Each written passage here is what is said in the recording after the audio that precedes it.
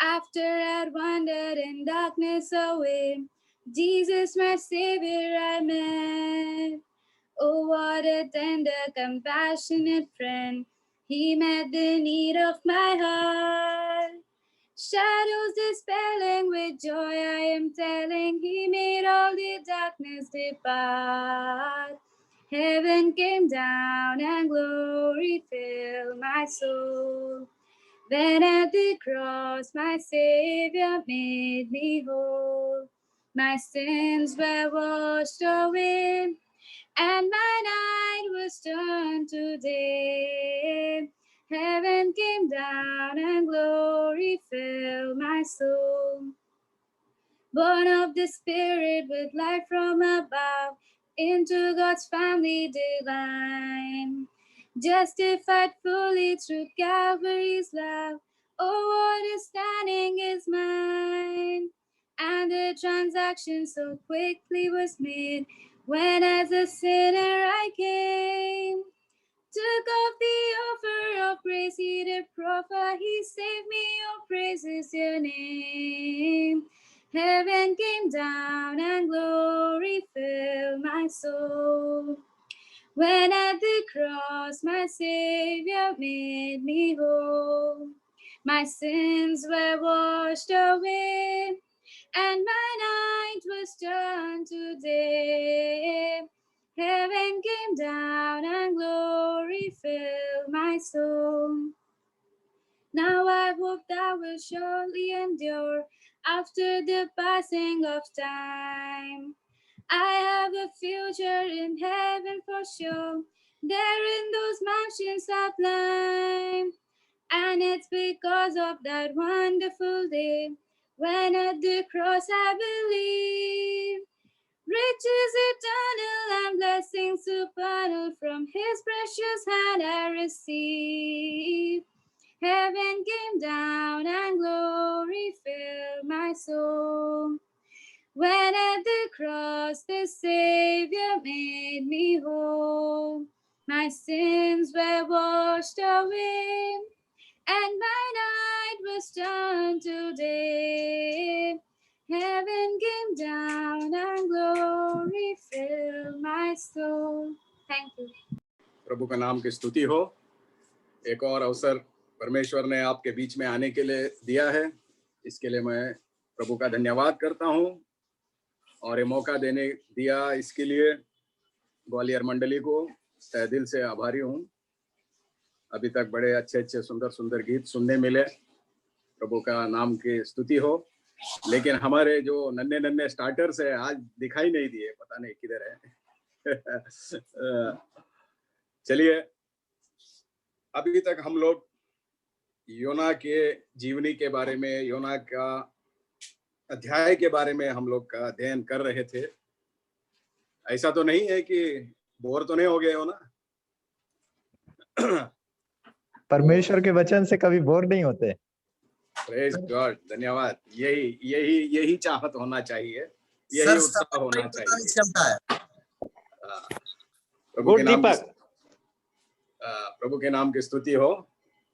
तो आज हम जो है तीसरे अध्याय के अंतिम भाग को देखेंगे। तो आज हम योना का किताब तीसरा अध्याय 5 से लेके 10 तक कोई भाई पढ़े। 5 से 10 तक। या तब नीनिवे मनुष्यों ने परमेश्वर के वचन की प्रतीति की और उपवास का प्रचार किया गया, और बड़े से लेकर छोटे तक सबों ने टाट ओढ़ा। तब यह समाचार नीनिवे के राजा के कान में पहुंचा, और उसने सिंहासन पर से उठ अपने राज के वस्त्र उतारकर टाट ओढ़ लिया और राख पर बैठ गया।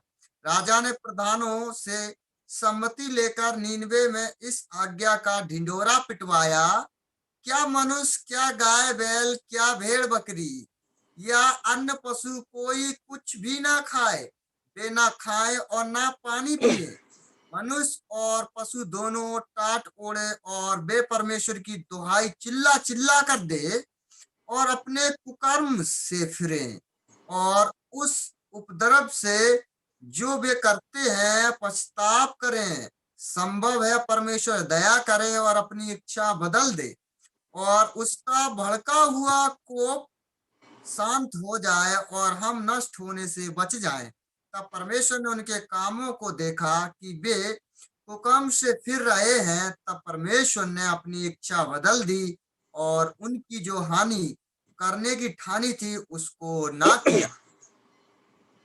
प्रभु के नाम की स्तुति हो। पढ़े गए इन वचनों को परमेश्वर आशीषित करे और धन्यवाद भाई आपके सुंदर वचन अध्ययन के लिए। अभी तक हमने 2 अध्याय योना के पूर्ण तरीके से देखा और तीसरा अध्याय का आधा भाग हमने पिछले सप्ताह देखा और इसमें अभी तक 6 संदेश हो चुके हैं। ये 7वां संदेश में हम गए हैं। तो पिछले संदेश में हमने देखा कि योना को प्रभु परमेश्वर दूसरा अवसर देते हुए दोबारा बुला रहे हैं। दूसरा बिंदु हमने ये देखा कि परमेश्वर बखूबी जानते हैं कि वो अपना काम कैसे करवाए।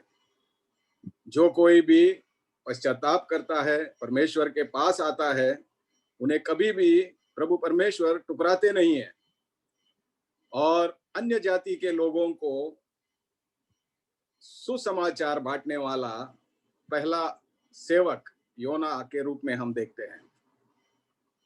और प्रभु परमेश्वर ने जो उसे कहा वही उसने बड़े आदर के साथ, आज्ञाकारिता के साथ पालन किया और वही बोला जो परमेश्वर ने उसे कहने के लिए कहा था। और योना का जो बाहरी यानी ओपन एयर मिनिस्ट्री में हम देखते हैं उसका प्रभाव, उसका परिणाम जो है पूरा शहर, पूरा का पूरा शहर जो है वो परिवर्तित हो जाता है। हम निनवे के लोगों के बारे में अगर देखते हैं तो अधिकांश लोग जो है निनवे के बड़े क्रूर और प्रतिशोध करने वाले लोग हैं और ऐसे लोगों को हम देखते हैं राजा जो है वो भी आदेश दे रहा है, यानी सभी लोग जितने भी लोग हैं पाप के क्रिया जिसमें वो सम्मिलित थे वो सबको त्यागना है। मेरे प्रिय सुनने वालों, यहाँ पे एक चीज देखने वाली बात ये है, यो निनवे के लोग जो है ये कोई सीधे साधे लोग नहीं है, साधारण से लोग नहीं है। इनके बारे में अगर हम दूसरे राजाओं के किताब, नाहूम की किताब, ज़ेफन्याह की किताब में अगर पढ़ते हैं तो ये लोग बहुत ही भयानक लोग हैं, बहुत ही क्या कहते हैं क्रूर स्वभाव के लोग हैं और इन लोगों को परमेश्वर के प्रकोप से और आने वाले शिक्षा से कोई बचा सकता है तो वो है प्रभु परमेश्वर। और ये संदेश सुनते ही सभी लोगों ने मन फिराव किया। यहाँ पे खूबसूरत बात यह है कि योना का संदेश सुन के सारा का सारा शहर, जो शहर जिसको कवर करने के लिए, जिसको एक छोर से दूसरे छोर तक जाने के लिए 3 दिन का पद यात्रा लगता हो, इतना बड़ा शहर जो है, सारा शहर जो है इसकी जनसंख्या जितनी है वो आगे वाले अध्याय में हम देखते हैं, सारा शहर जो है वो परिवर्तित हो गया। और नए नियम में अगर हम देखते हैं पतरस का शुभ संदेश या पतरस जब प्रचार कर रहा था तो 3000 लोगों का पुनरुद्धीकरण होता है, पुनरुत्थान, उद्धार होते हुए हम देखते हैं। और नूह के काल में अगर देखा जाए तो नूह ने भी प्रचार किया था, लेकिन केवल उसके परिवार को छोड़ के बाकी किसी ने भी बात मानी नहीं। तो इसीलिए ये योना जो है एक विशेष व्यक्ति के रूप में, एक विशेष परमेश्वर के दास के रूप में, एक विशेष प्रभु परमेश्वर का प्रति आने वाले का चिन्ह के रूप में हम बाइबल में देख पाते हैं। दूसरा देखते हैं कि सभी लोग, सभी का मतलब सभी लोग, उपवास रखना है, यहां तक कि पशु भी देखिए 7वां वचन में क्या लिखता है कि क्या मनुष्य, क्या गाय, क्या बैल, क्या भेड़ बकरी या अन्य पशु कोई भी कुछ भी ना खाए, यहां तक कि पशु को भी नहीं छोड़ा गया, जिसके पाप के लिए, अपने अपने पापों के लिए खुद पश्चाताप करना है। 5वां वचन में देखते हैं, तब निनवे के मनुष्यों ने परमेश्वर के वचन की प्रतीति की और उपवास का प्रचार किया गया और बड़े से लेकर छोटे तक सबों ने टाट ओढ़ लिया। यानी टाट ओढ़ने का मतलब पिछले बार हमने देखा था कि नम्र हो जाना। सभी लोग अपना घमंड, अपनी क्रूरता, सब कुछ छोड़ के, त्याग के योना का संदेश का समर्थन किया, सुना उन्होंने। और ये देखते हुए राजा भी उसमें सम्मिलित हो गया और एक आदेश जारी कर दिया कि सभी लोग, यानी पशु, जीव जंतु जितने भी है वहां पे, सभी लोगों को उपवास का पालन करना है। यानी एक the very one single message of Jonah touch the heart of people of Nineveh. यानी एक पंक्ति वाला संदेश। उनका संदेश क्या था, हमने पिछले बार देखा कि अब से 40 दिन के बीतने पर निनवे उलट दिया जाएगा। बस, इसके आगे हम कुछ नहीं पढ़ते। ये एक संदेश ने पूरा शहर को परिवर्तित कर दिया। प्रिय भाइयों, प्रिय बहनों, सुनने वाले सभी लोगों को, अभी तक हमने कितने संदेश सुने और कितने लंबे लंबे संदेश सुने। कितने भक्त आके हमें संदेश सुनाया, कितने प्रभु के दास आके संदेश सुनाया, कितने परिवर्तन हुआ हमने। यहाँ पे देखते हैं राजा जो है प्रजा के लिए है, प्रजा राजा के लिए नहीं है। अगर देखा जाए तो हमारे देश में उलट हो रहा है। प्रजा जो है राजा के लिए है, लेकिन यहाँ पे देखते हैं प्रजा की सुधि लेने वाला, प्रजा का अच्छाई चाहने वाला, प्रजा को सजा से बचाने के लिए समर्थन करने वाला एक राजा है, जो खुद सम्मिलित होकर वो योना का जो संदेश है उसका समर्थन कर रहा है। अगर हम पुराने नियम में, दूसरे इतिहास में अगर देखते हैं 10वां अध्याय में, वहां पे राजा के विरुद्ध प्रजा चलती है। प्रजा जब बगावत करती है 10वें अध्याय में, और उसी किताब के 11वां अध्याय में हम देखते हैं राजा रहबाम जो होता है वो बदल के अपना परिवर्तन कर लेता है, अपना मन फिरा लेता है और लोगों के, प्रजा का जो निर्णय है, उनका जो पश्चाताप है, उसको वो आदर करते हुए, उनको समर्थन करते हुए वो उनके साथ मिल जाता है। लेकिन बाद में हम देखते हैं बड़ी युक्ति के साथ वही प्रजा को राजा मूर्ति पूजन की ओर ले जाता है और अन्य विषयों की ओर प्रजा को ले जाता है, और जिसका परिणाम बहुत ही बुरा होता है 12वां अध्याय में। ये आप लोग घर में पढ़ लीजिएगा, दूसरे राजा 10, 11, 12 के बारे में। सो यहाँ पे कहने का मतलब ये है कि जो राजा जिस राज्य को संभाल रहा है वो भी ये संदेश सुन के हिल गया। कहता है कि हर जीव जंतु, हर वो प्राणी, सभी लोग उपवास का पालन करना है,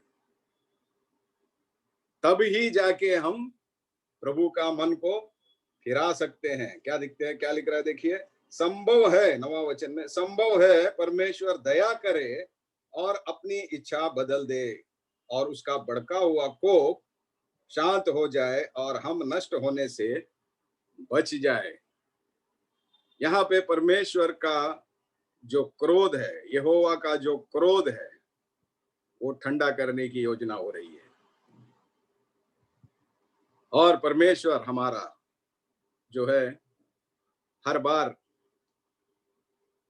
ऐसा स्वभाव हमें दिखाते हैं। बाइबल में हम देखते हैं बार बार, हम जो है ये ऐसे स्वभाव को हम देखते हैं कि प्रभु जब जब कोपित होता है, जब जब प्रजा बगावत करती है, तो प्रभु कोपित होते हैं, क्रोधित होते हैं।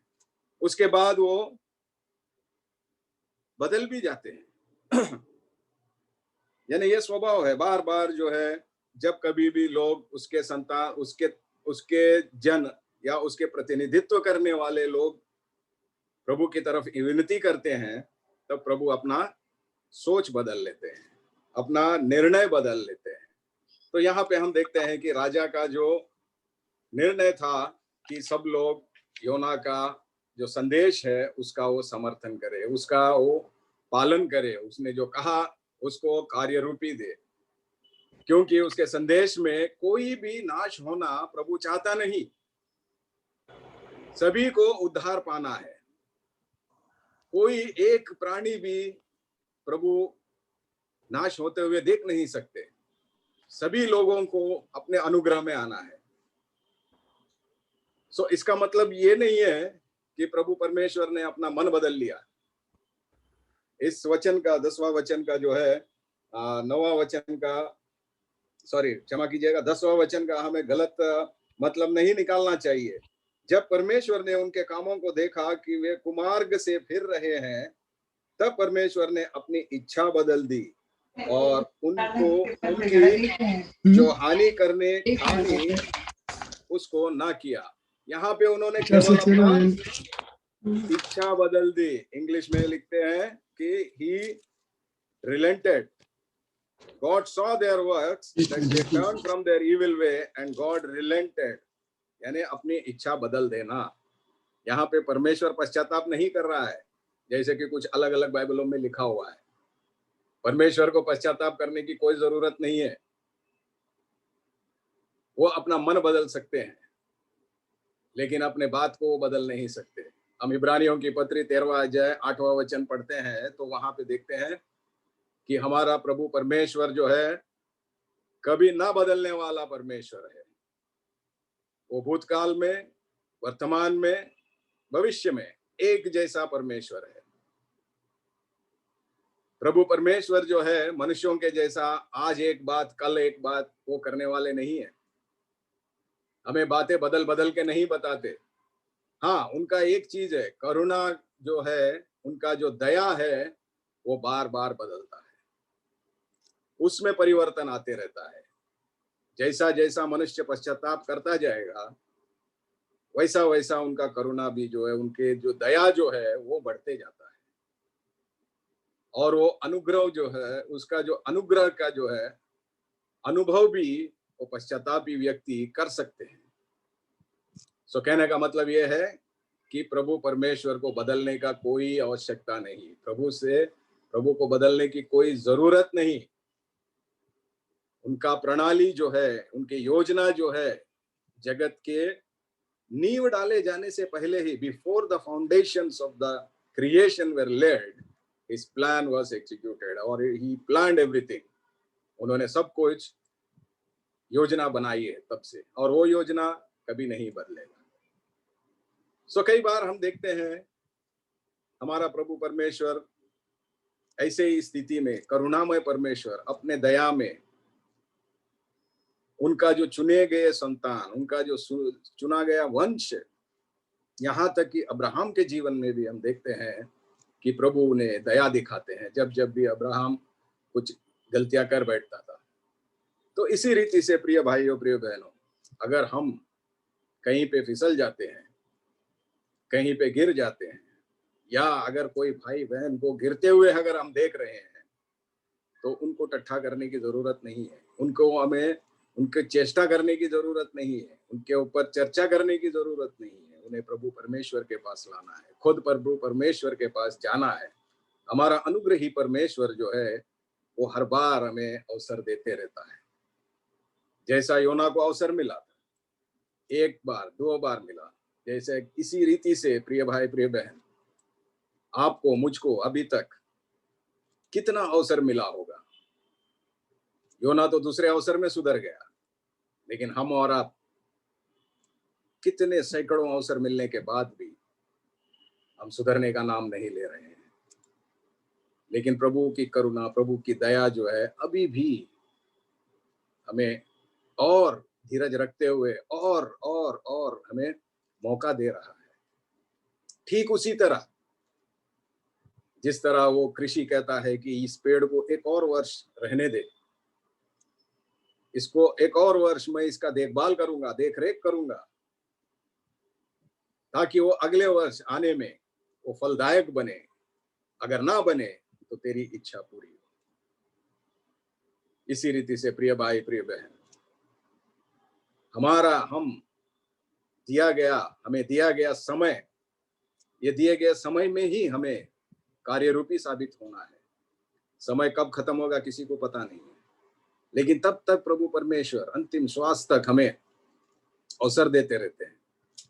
इसके लिए शैतान कहता है देयर इज ऑलवेज टुमारो, चिंता मत करो, कल ले सकते हैं, कल निर्णय कर सकते हैं।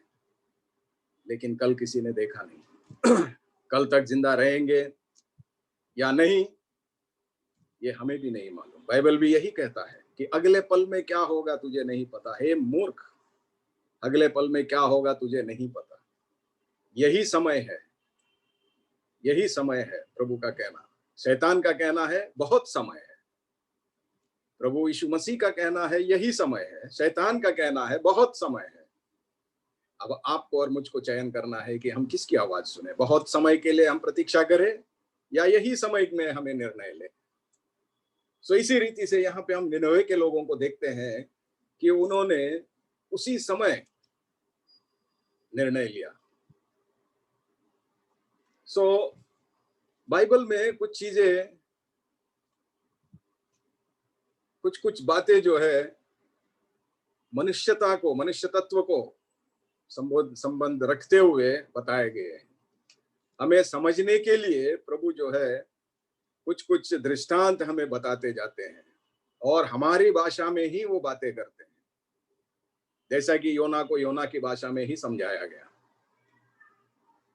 और हमारा प्रभु परमेश्वर जो है वो कैसे है, उसकी दृष्टि चारों ओर घूमती है, चारों ओर देखने वाला है। देखिए दूसरे इतिहास, कोई भाई पढ़े दूसरे इतिहास 16वां अध्याय 9वां वचन पढ़े। 2 Chronicles chapter 16 verse 9।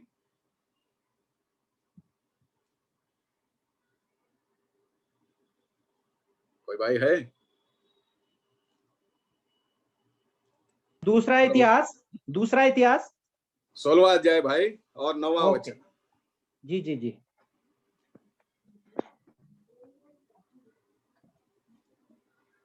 देख, यहोवा की दृष्टि सारी पृथ्वी पर इसलिए फिरती रहती है कि जिनका मन उनकी ओर निष्कपट रहता है, उनकी सहायता में वे अपना सामर्थ्य दिखाए। तू यह काम मूर्खता से किया है, इसलिए अब से तू लड़ाइयों में फंसा रहेगा।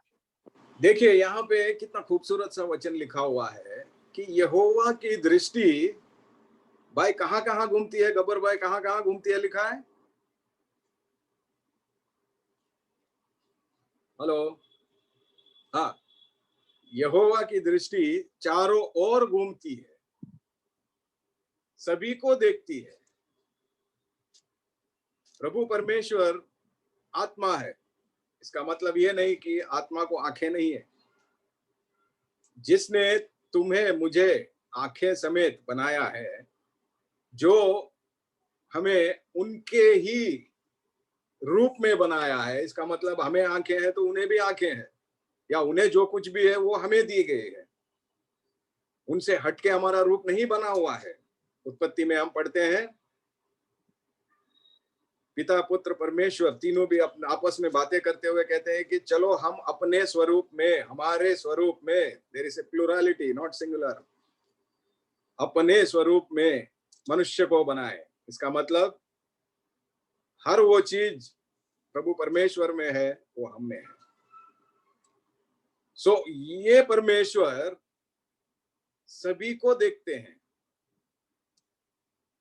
और सभी की भलाई करने के लिए देखते हैं। बुराई करने के लिए केवल शैतान देखता है, बुराई करने के लिए विरोधी देखता है। हमारा प्रभु परमेश्वर हमें भलाई करने के लिए ही हमारे तरफ देखते हैं और उनका हाथ कभी भी सिकुड़ता नहीं है। भजन संहिता 19वां अध्याय पहला वचन, भजन संहिता 19वां अध्याय Psalms 19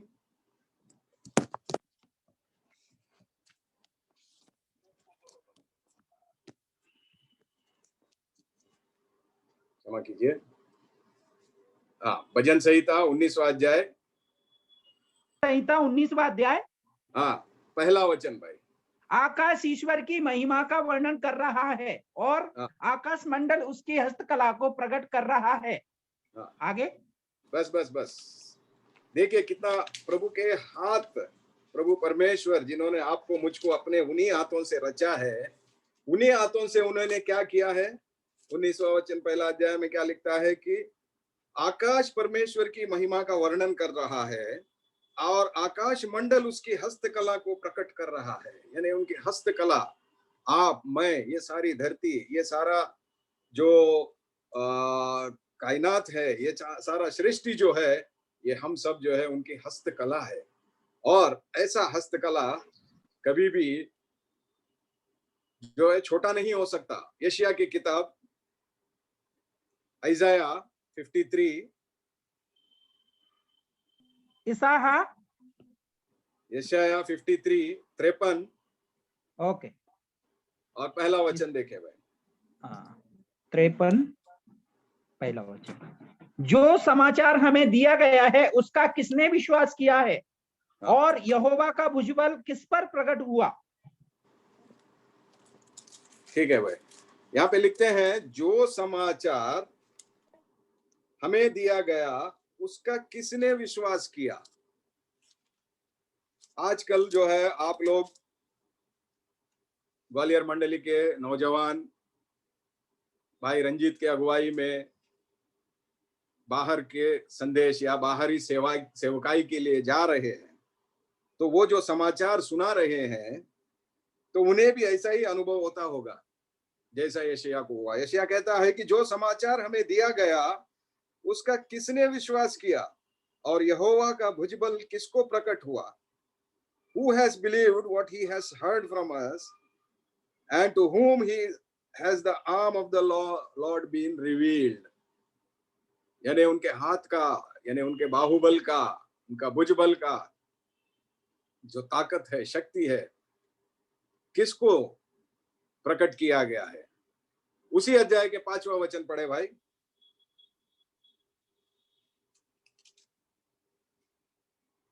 यशायाह 53 के 5वां वचन। परंतु वो हमारी ही अपराधों के कारण घायल किया गया और हमारे ही अधर्म के कामों के कारण कुचला, और हमारी ही शांति के लिए उस पर ताड़ना पड़ी कि उसके कोड़े खाने से हम चंगे हो जाए।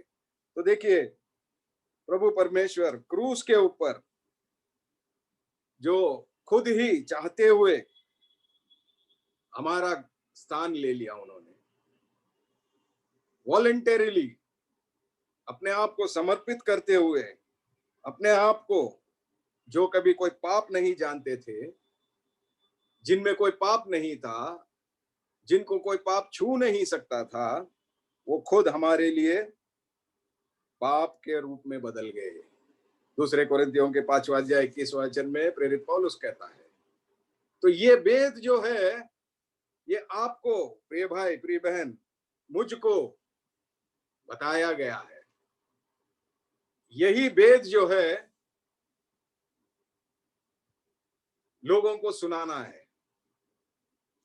यही वेद जो है प्रकट करने के लिए आपको और मुझको इस धरती पर रखा गया है।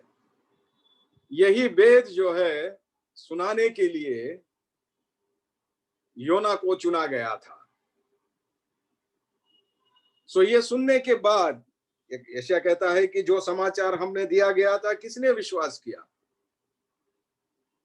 अगर विश्वास नहीं किया तो विनाश की ओर जाएंगे, क्योंकि जो कोई भी प्रभु का संदेश सुनकर आता है, जो कोई भी, या कोई देश के भी हो, कोई फर्क नहीं पड़ता, कोई जाति के हो, प्रभु को कोई फर्क नहीं पड़ता।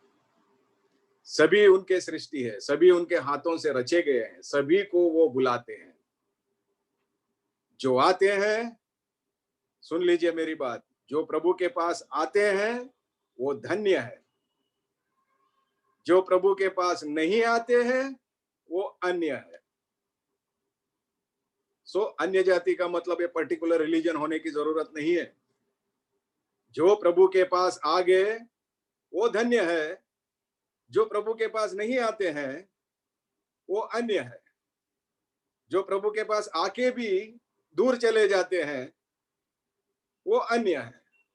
जो प्रभु के पास रहते हैं वो धन्य है। मरियम ने प्रभु के पास का उत्तम जगह चुनी थी, वो अब उसके चरणों के पास रहती थी, इसीलिए प्रभु परमेश्वर हमेशा उसे, प्रभु यीशु मसीह उसे धन्य कहते थे। जबकि मार्ता जो है प्रभु के पास रहते हुए भी अनेक विषयों में वो अपने आप को सम्मिलित, अपने आप को लिप्त पाई जाती थी। इसका मतलब यह नहीं है कि मरियम ने उनका आदर, मार्ता ने उनका आदर नहीं किया, वो अपने तरीके से किया। लेकिन आप और मैं, क्या हम उनके पास है? क्या हम उनके नजदीक है? अगर हम उनके नजदीक है तो क्या औरों को हम उनके नजदीक ला रहे हैं? सो करुणामय परमेश्वर, दयामय परमेश्वर, प्रभु के अनुग्रह ये सार्वजनिक है। एक और बार बोलता हूं, करुणामय परमेश्वर का, दयामय परमेश्वर का अनुग्रह जो है किसी एक व्यक्ति विशेष के लिए नहीं है, ये सार्वजनिक है। लेकिन इस अनुग्रह का जो अनुभव होता है वो व्यक्तिगत है। Lord's grace is universal,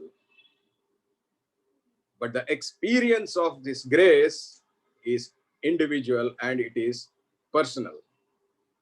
और ये अनुभव, इस अनुग्रह का अनुभव करने या कराने के लिए हम सीधे कभी नहीं जा सकते प्रभु के पास। हमने पाप करके उनके सामने खड़ा रहने का या उनके सामने जाने का जो सौभाग्य था वो उस आदन के बगीचे में ही हमने खो लिया था। आदम के रूप में आदन के बगीचे में वो अनुग्रह को, वो आजादी को हम खो चुके थे। लेकिन हमें अभी प्रभु के चरणों के पास, प्रभु यीशु मसीह के अनुग्रह के अनुभव में लाने के लिए एक मध्यस्थ हमें भेजा गया था, और वही मध्यस्थ को हमें प्रचार करना है। वही मध्यस्थ जो है सभी को बचा सकता है। वही मध्यस्थ के पैरवी के चलते ही लोगों का विनाश रुक सकता है, और वो मध्यस्थ कोई और नहीं, प्रभु परमेश्वर, प्रभु यीशु मसीह है। उनका इकलौता पुत्र प्रभु यीशु मसीह है। रोमियो के पत्री 5वां अध्याय, इसको कई बार आप लोगों ने पढ़ा, कई बार हम लोगों ने अध्ययन किया। रोमियो की पत्री 5वां अध्याय 10 और 11 पढ़े भाई। रोमियो के पत्री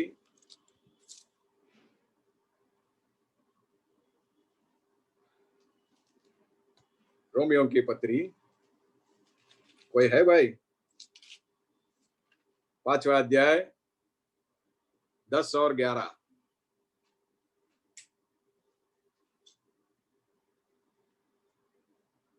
ठीक है, मैं ही पढ़ता हूं, क्योंकि बैरी होने, मैं पढ़ रहा हूँ। हाँ पढ़िए पढ़िए।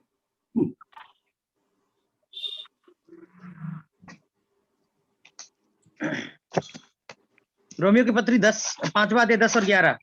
हाँ जी जी जी। क्योंकि वेरी होने की दशा में उसके पुत्र की मृत्यु के द्वारा हमारा मेल परमेश्वर के साथ हुआ, तो फिर मेल हो जाने पर उसके जीवन के कारण हम उद्धार क्यों ना पाएं? केवल यही नहीं, परंतु हम अपने प्रभु यीशु मसीह के द्वारा, जिसके द्वारा हमारा मेल हुआ है, परमेश्वर में आनंदित होते हैं। देखिए कितनी धन्य आशा है। जो प्रभु के पास आते हैं वो लोग धन्य है। क्यों धन्य है? क्योंकि ये धन्य आशा के तले वो आते हैं। ये धन्य आशा क्या है? आप और मैं प्रभु परमेश्वर के पास सीधे मुंह जा नहीं सकते, सीधे आजादी से हम जा नहीं सकते। हम बैरी थे। हम बैरी होने के दशा में उसके पुत्र की, किसके पुत्र की? प्रभु यीशु मसीह, यानी पिता परमेश्वर का इकलौता पुत्र की मृत्यु के द्वारा हमारा मेल परमेश्वर के साथ हुआ। तो फिर मेल हो जाने पर उसके जीवन के कारण हम उद्धार क्यों न पाए? एक क्वेश्चन किया गया है, एक प्रश्न किया गया है। वही वेद को जो हमने सुनाया था, ये नहीं समझ पाए, यशायाह में कहा गया था, वही वेद यहाँ पे खुलासा करते हुए कहते हैं कि हम उद्धार क्यों नहीं पाएंगे। परमेश्वर का इकलौता पुत्र वहां पे खड़ा है, आपके और पिता परमेश्वर के, मेरे और पिता परमेश्वर के बीच में मध्यस्थ करते हुए, मेल मिलाप करने के लिए। एक हाथ मेरा पकड़ा है, एक हाथ पिता परमेश्वर का पकड़ा हुआ है, एक हाथ आपका पकड़ा हुआ है, एक हाथ पिता परमेश्वर का पकड़ा हुआ है। तो ये दोनों हाथ मिलाने के लिए प्रभु यीशु मसीह उस कलवरी क्रूस के ऊपर गया था। तो ऐसा मृत्यु पाने के, ऐसा त्यागशील प्रयत्न कर रहा है और पैरवी कर रहा है, तो क्या पिता परमेश्वर आपको, आपसे या मुझसे मिलने से वो भाग जाएंगे या मुंह फिरा लेंगे? कभी नहीं मुंह फिराएंगे। मुंह फिराएंगे आप और मैं। इसीलिए पौलुस लिखता है कि उद्धार क्यों, इसके कारण हम उद्धार क्यों ना पाएंगे?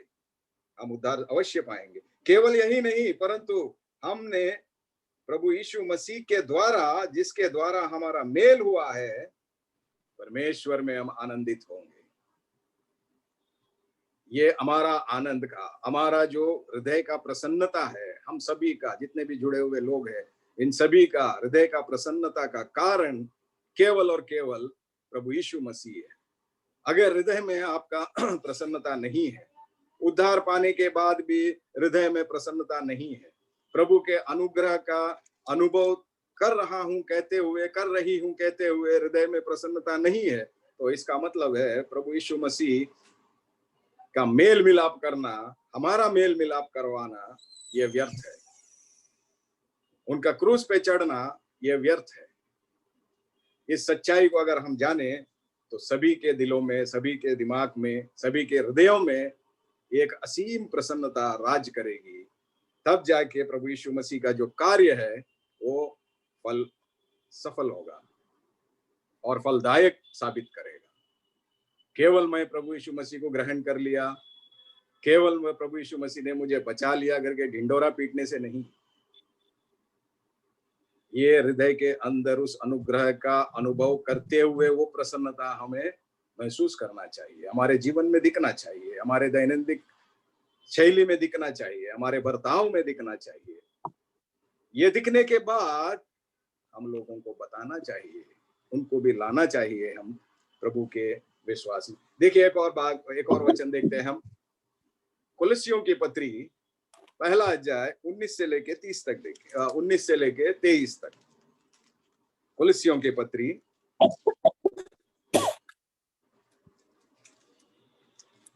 कोलोसियंस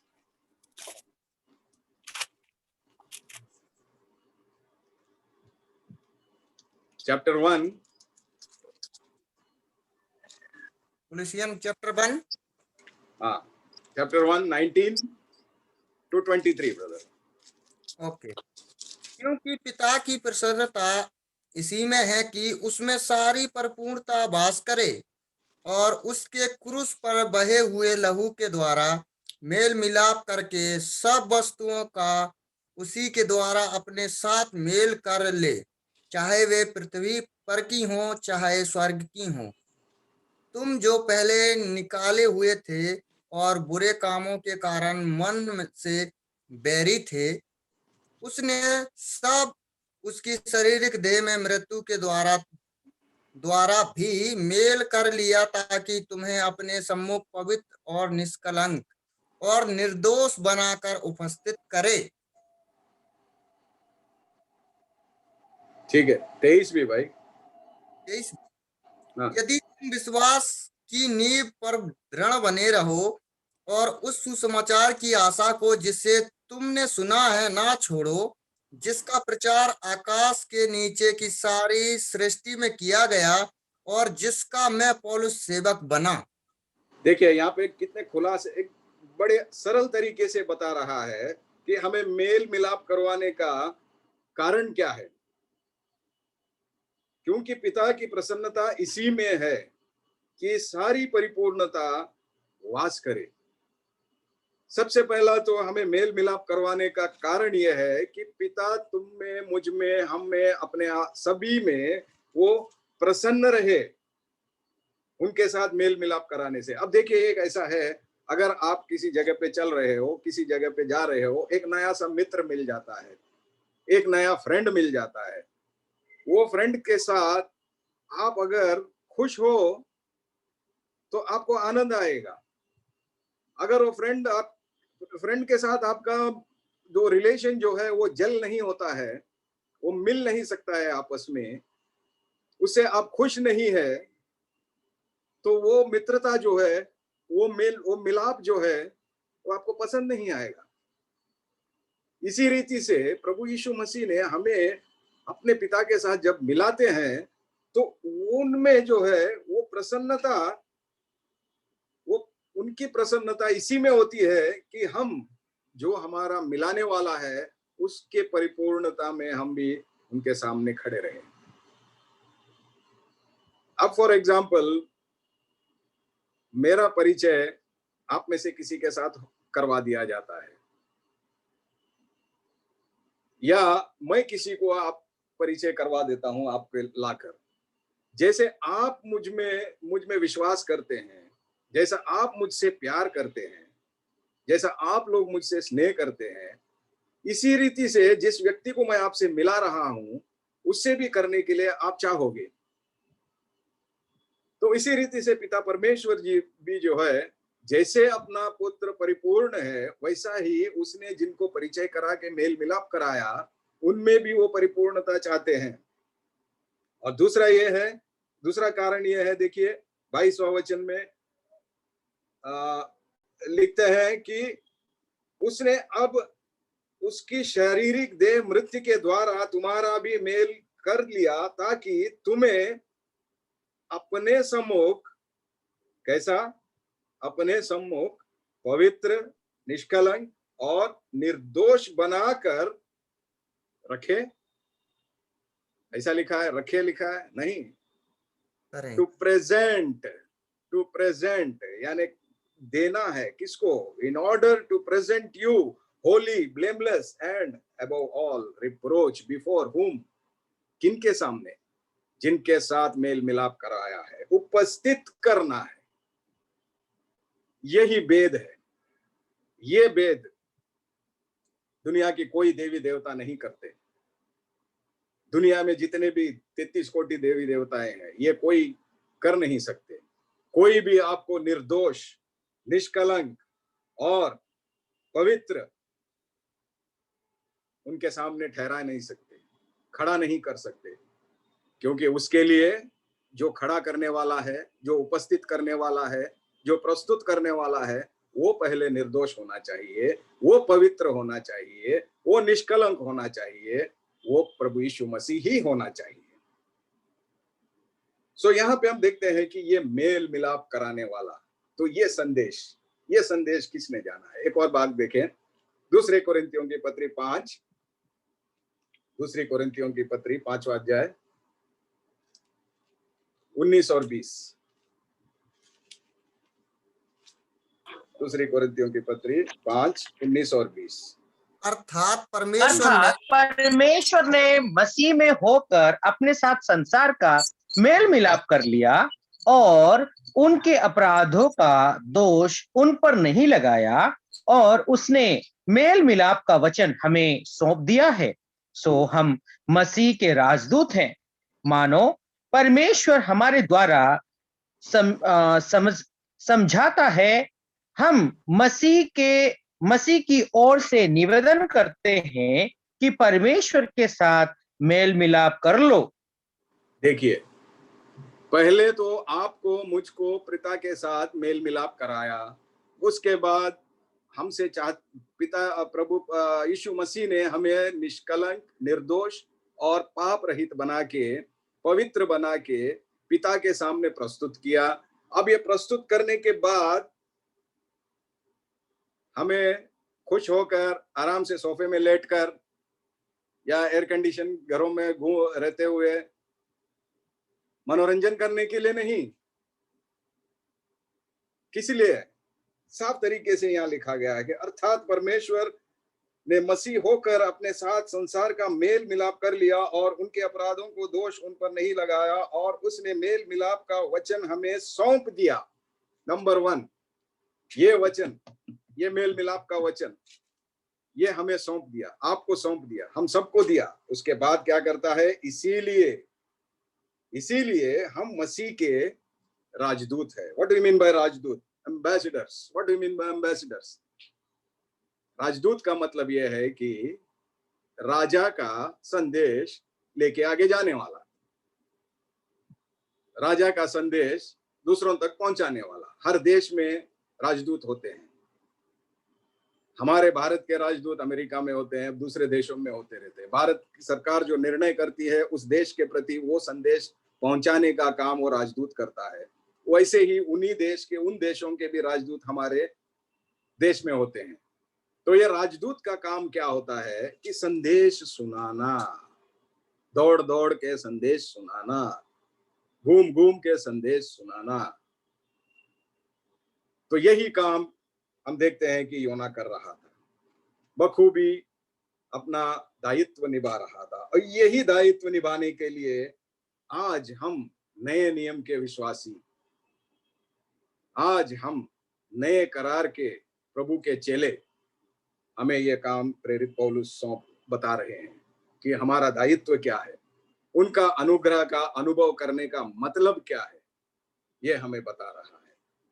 तो प्रिय भाइयों बहनों, सुनने वालों, यही संदेश, एक संदेश से निनवे के लोगों ने अपना मन फिराया,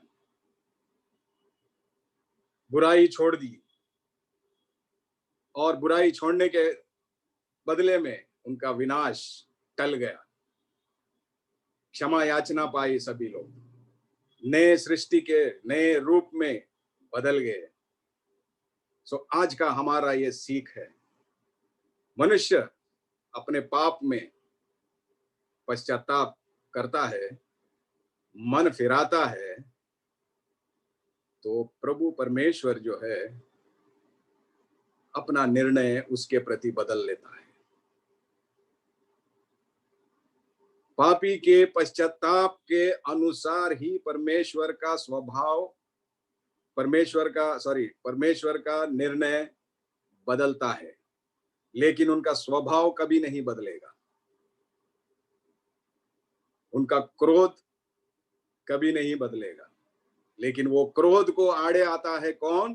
प्रभु यीशु मसीह, जिसने आपको, मुझको उनसे मेल मिलाप कराया है।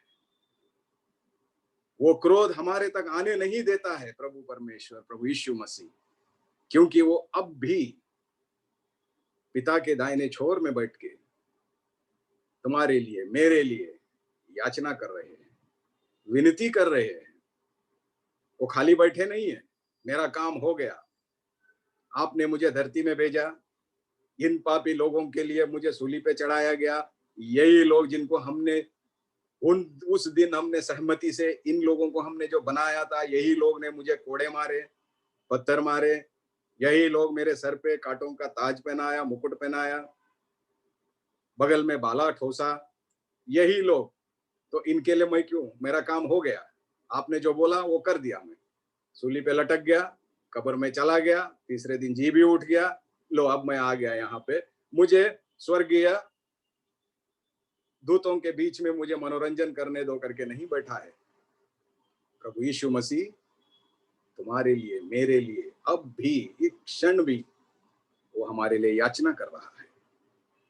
वो हमारे लिए, जो और आने वाले लोगों के लिए, जो लोग उद्धार पा रहे हैं, पाने वाले हैं, जो उनके प्रणाली में, जो उनके संकल्प में बसे हुए लोग हैं, उन सभी के लिए वो विनती कर रहे हैं।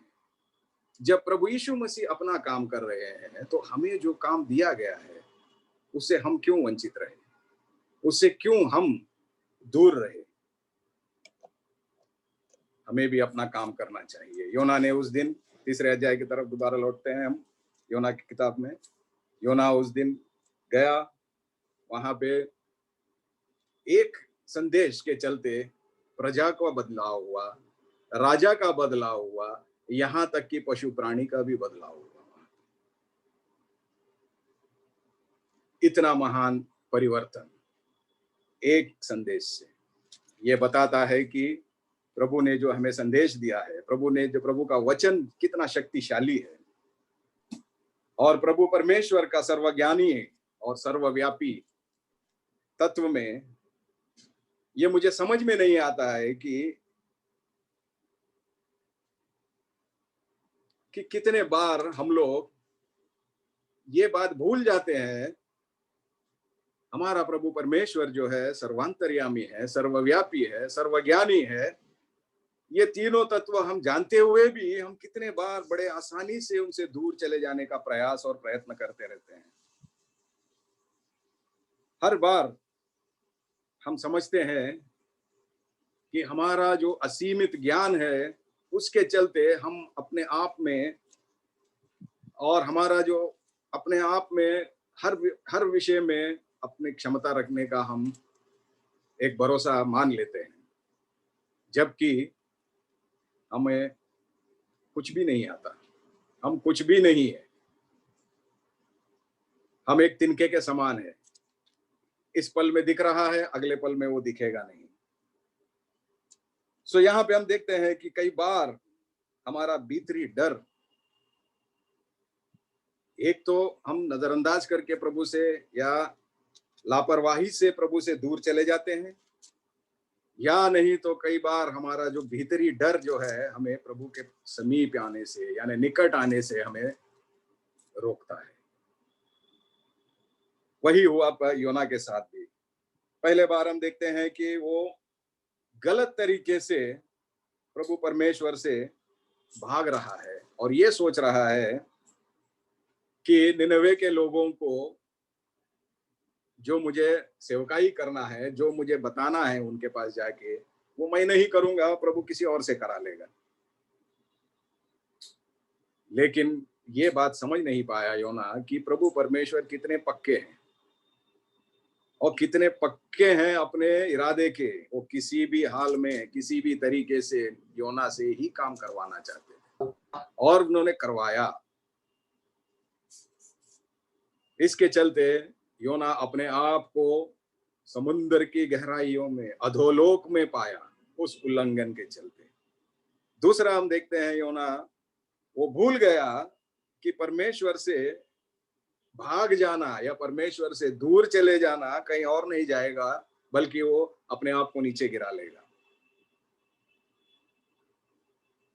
तीसरा ये जताने का कोशिश किया योना ने कि मैं सब कुछ कर सकता हूं, ये मेरी मर्जी है, मैं वहां पे जाऊं ना जाऊं, ये मेरी मर्जी है। इसी तरीके से आज के जमाने में भी कई प्रभु के सेवक भी होते हैं, कई लोग होते हैं, कहीं जाने के लिए कहा जाए तो नहीं जाते। मेरी मर्जी, मैं जाऊं तो जाऊं, नहीं जाऊं तो नहीं जाऊं।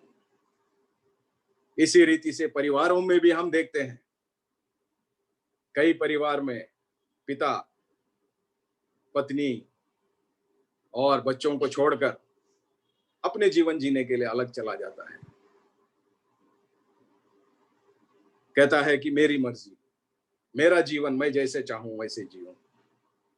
यही रीति से हम कई घरों में देखते हैं कि बच्चे भी जो है माता पिता को छोड़ के अपने से दूर चले जाते हैं, बोलते हैं मेरी जीवन है, मेरा मर्जी है, my life, it is my life, I do what ever I want, I live the way I want. कई बार हम देखते हैं नौजवानों के टी शर्ट में लिखा होता है, it is my life, I live as I like, no dear son, no dear daughter. मेरे प्रिय बच्चों, मेरे प्रिय भाई बहनों, ये आपका जीवन नहीं है, ये हमारा जीवन नहीं है। पहले कोरिन्थियों के 6 अध्याय 19 और 20 पढ़े, देखे क्या कहता है। पहले कोरिन्थी 6:19-20।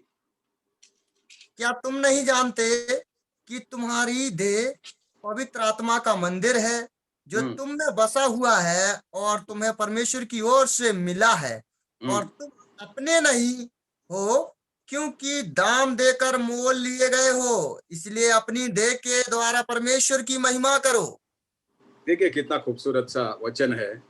परमेश्वर के संतान के लिए, मैं फिर कहता हूं, परमेश्वर के संतान के लिए क्या तुम नहीं जानते तुम्हारी देह पवित्र आत्मा का मंदिर है जो तुम में बसा हुआ है और तुम्हें परमेश्वर की ओर से मिला है। नंबर 1, और तुम अपने नहीं हो। Number 2, why you are not of your own.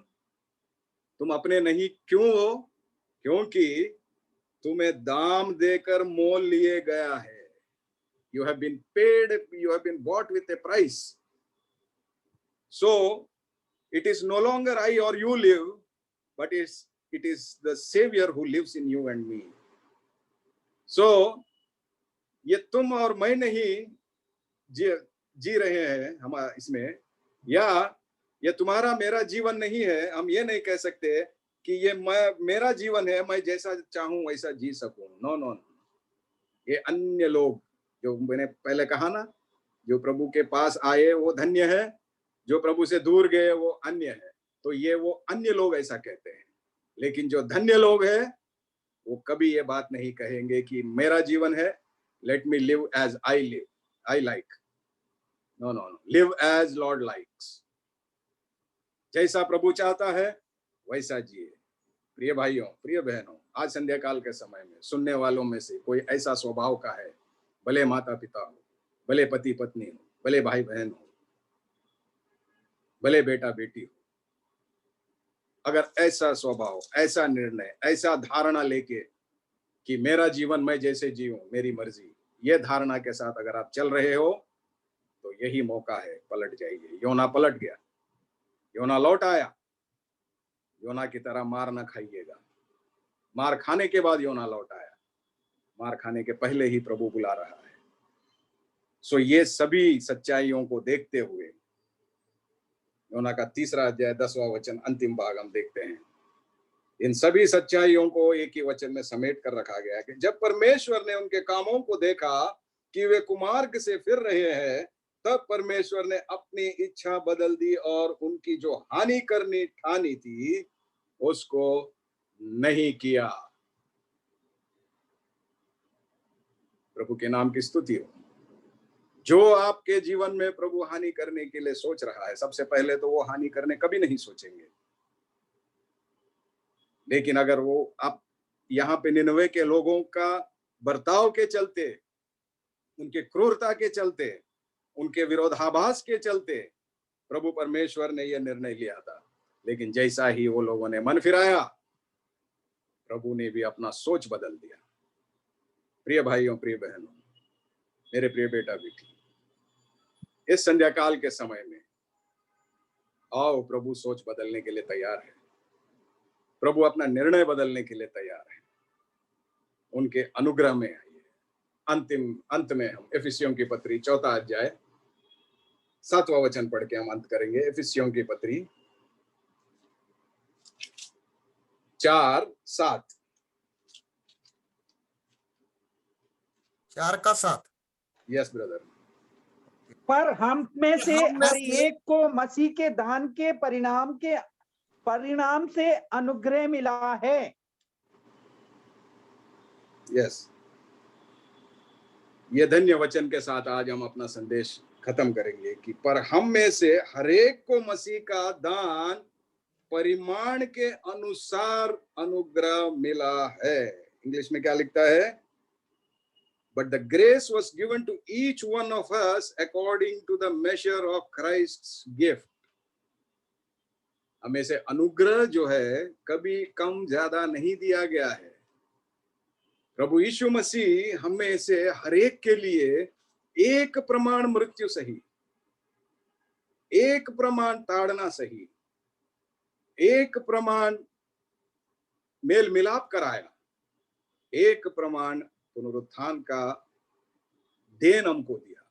तो इसी रीति से एक प्रमाण हमें वो अनुग्रह भी देते हैं। किसी को कम, किसी को ज्यादा वो नहीं देते, एक प्रमाण देते हैं। लेकिन इसको कम और ज्यादा जो है वो आप और मैं कर लेते हैं।